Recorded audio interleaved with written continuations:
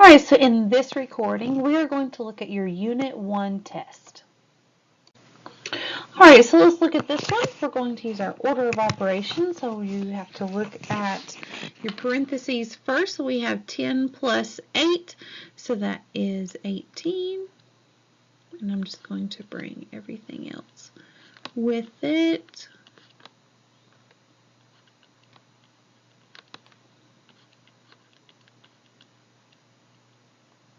Alright, so then we have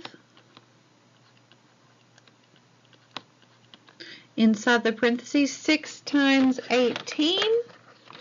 So you're just going to get out your calculator and do 6 times 18. You get 108. Minus 2.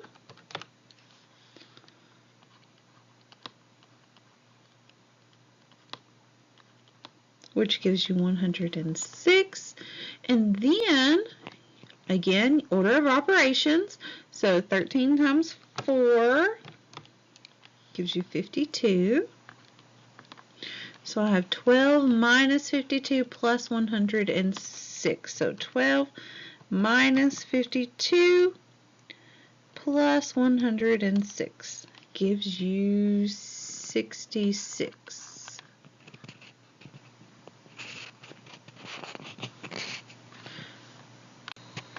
Alright, so looking at this one, you're going to use your parentheses first. So 1/5 minus 1/10, we have to get a common denominator. So 1/5, you have to multiply the 5 by 2, so you have to multiply the top by 2, so 1/5 changes to 2/10.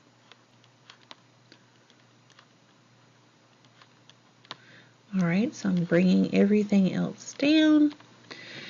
And then you can simplify 2/10 minus 1/10, so that is 1/10.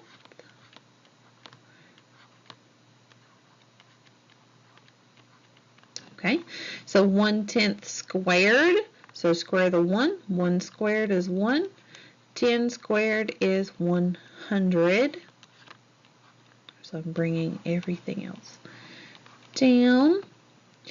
Then I'm left with 2 times 1 over 100, which will simplify to 1 over 50, because 2 goes into 100 2 times, leaving 50 left over. So I have 3/5 plus 50. So again, you have to get the common denominator. So 5 will go into 50 10 times. You have to multiply this by 10, multiply the top by 10. So you're going to end up with 30 over 50 plus 1 over 50. So that means your answer is 31 over 50. So which expression represents 1/3 the sum of 7 and a number? Okay, so the 1/3, the sum, so this means you have a sum of a number and 7. So remember, sum means add. So you're going to add 7 and a number, and that's inside the parentheses, and you're multiplying the whole thing by a third. So that gives you 1/3 times 7 plus n. Alright, Ben charges $15 to walk a dog. The equation 15D equals 225 represents yesterday's earnings. What is D? Well, he charges $15 to walk a dog, so that is per dog, right? $15 to walk a dog, so that is per dog. So this equation, 15D equals 225, D is the number of dogs he walked, okay? So D represents the number of dogs he walked. Now, if we wanted to solve that and figure out how many dogs he walked yesterday, we could take that 15D, set it equal to 225, and solve by dividing by 15. So 225 divided by 15 gives me 15. He walked 15 dogs in one day. So he walked 15 dogs in one day. But the answer is D represents the number of dogs he walked. So the length of a rectangle is 3 units shorter than 1/4 the width, which represents the area. Okay, so if we're trying to find the area, I like to draw a picture of my rectangle. So here's my rectangle. The length of a rectangle is 3 units shorter than 1/4 the width. All right, so here's my width. So my length is 3 units shorter than 1/4 the width. Okay, so I'm subtracting 3, 1/4 shorter. Okay, so that is 1/4 the width. Okay, or X. You can use X or W. Now, area is equal to length times width. So my area is going to be my width times 1/4 width minus 3. So that's my width times my length, or length times width. So that gives me W times 1/4 minus 3. So that is that one. All right. Emma's age is twice her age 5 years ago. Which equation represents this statement? Emma's age is twice her age 5 years ago. So we need to figure out. So we have her age now. So her age now is equal to, so her years old now is equal to her age 5 years ago times 2, because it's twice her age 5 years ago. Okay? So you have to take 5 away from her age now, and you have to multiply it by 2 to represent twice her age. So that gives you this one. So the product of a number and 4 is 5 more than the product of a number and 2. All right, so think about what product means. Product means multiply. Okay, product means multiply. So the product of a number and 4, so that's 4x, is, so that's equals,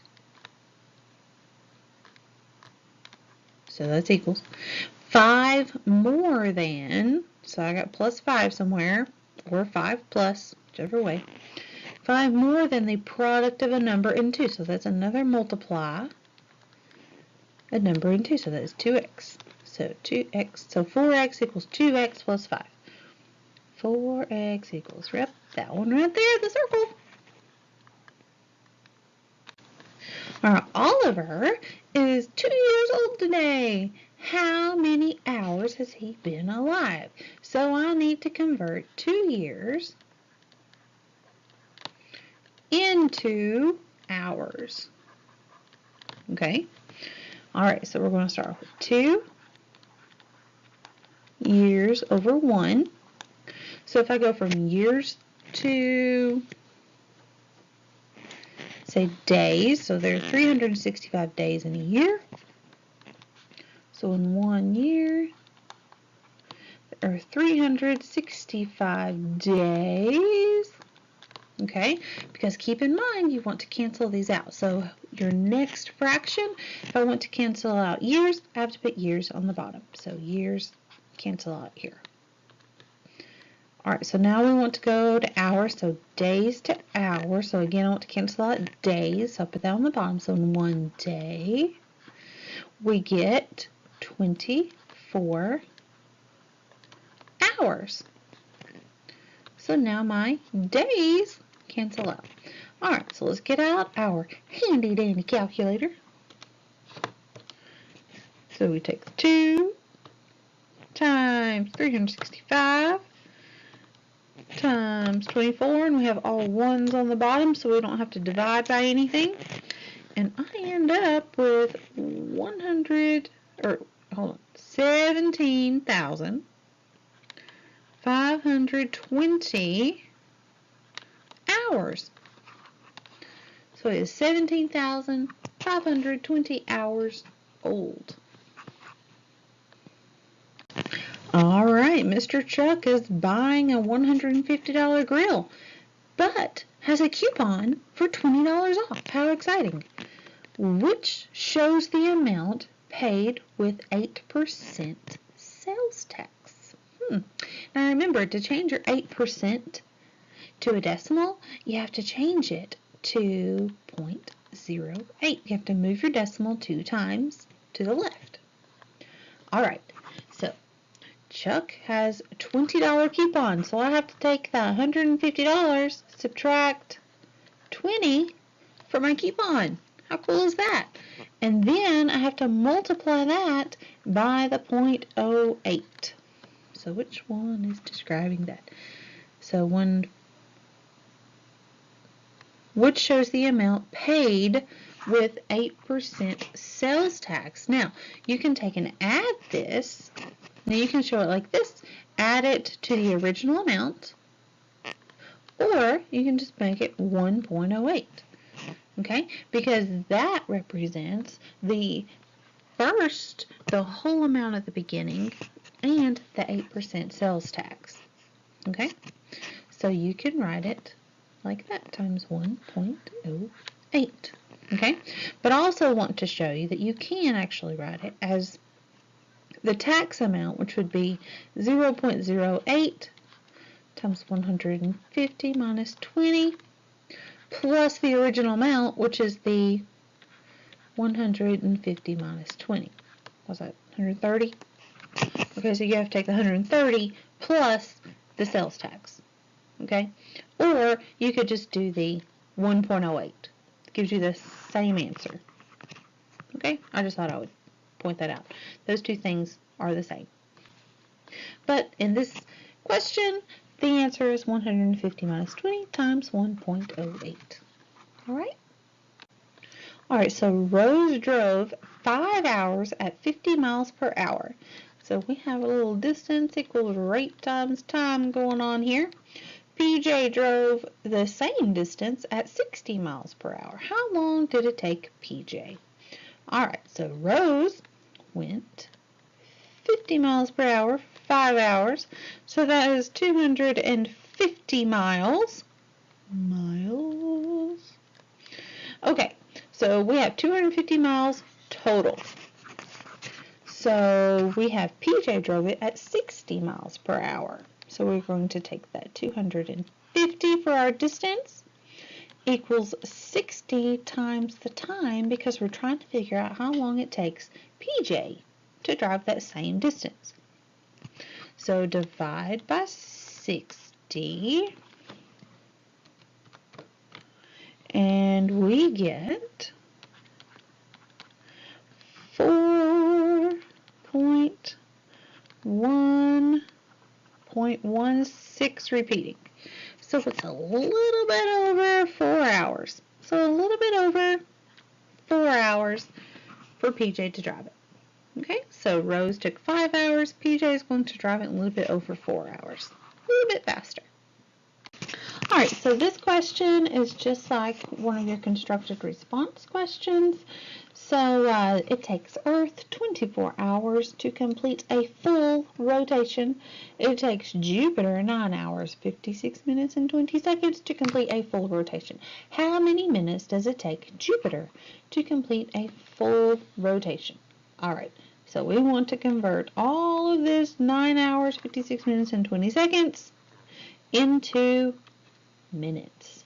Alright, so I'm going to change that 9 hours to minutes first. So 9 hours. You have to show all of your work, because keep in mind on these constructed responses, if you don't show all your work, you don't get the full credit. So you have to show all of your work.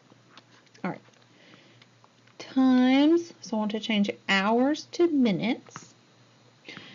So in 1 hour, we have 60 minutes, and that's going to give me 540 minutes. Now, I'm not done because I still have that 56 minutes and 20 seconds. Okay? So I'm going to add my 56 minutes. So I end up with 596 minutes. Now I have to take care of that seconds.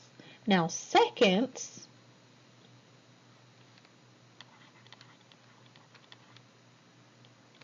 is the same as 20 seconds out of 60 minutes. Okay? So I need to find that fraction. So 60 seconds out of 20, or 20 seconds out of 60 minutes, or 160 seconds. Aha! 60 seconds is in 1 minute. That's what I'm trying to say. So that gives you the fraction for 1 minute on those seconds. You have to take 20 seconds out of 60 seconds. That gives you a fraction, which is 0.3 repeating. So add that to the end. So we have 596 minutes, 0.3 repeating. And that is how long it takes Jupiter to complete a full rotation. Okay? So it's 596.3 repeating for Jupiter.